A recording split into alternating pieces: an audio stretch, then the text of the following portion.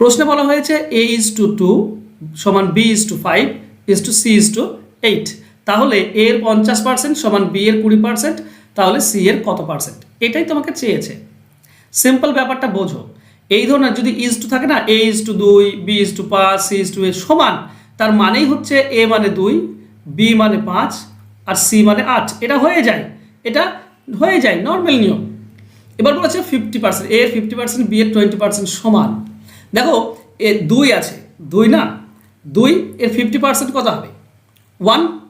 বা সব থেকে মজার বিষয়, 100কে কত দিয়ে ভাগ করলে? 2 দিয়ে ভাগ করলে 50 হয়। 100কে 2 দিয়ে ভাগ করলে 50% হয়, A এর 50%। 100কে 5 দিয়ে ভাগ করলে 20 হয়, তো B এর 20%। তাহলে 100কে 8 দিয়ে ভাগ করলে কত হবে? 12.5 হবে, তো 12.5%। এটাই তো ব্যাপার। আশা করছি ব্যাপারটা বুঝতে পেরেছো। খুব ইজি এবং সিম্পল। A এর 50% সমান B এর 20%, তো C এর কত পার্সেন্ট সমান হবে, তাই না? তো আরও যদি তুমি বুঝতে চাও ব্যাপারটা, A এর 50% মানে 1, B এর 20%, B তো 5, 20% মানে 1, তাহলে C এর 8 আছে, এর আমাকে 1 আনতে হবে। 1 কত পার্সেন্ট হয়? তো 8-এ 1, 100-তে কত? 12.5%।